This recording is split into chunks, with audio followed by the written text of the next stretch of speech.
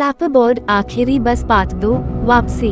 6 महीने बाद एक पत्रकार रिया आखिरी बस की खबर पर डॉक्यूमेंट्री बना रही थी।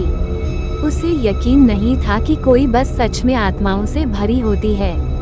उसने वही रास्ता चुना, वही समय, और आधी रात को बस स्टॉप पर खड़ी हो गई। रात के 12:01 बस फिर से आई। अंतिम यात्रा का साइन फिर से चमक रहा था। रिया चढ़ गई, लेकिन इस बार बस पूरी खाली थी। ड्राइवर ने उसकी तरफ देखा और कहा, तुम पूछने आई हो, अब जानने के लिए सफर करना होगा। बस चली और रिया ने कैमरा चालू किया। कैमरे में जो रिकॉर्ड हुआ वो कभी किसी को नहीं दिखाया गया।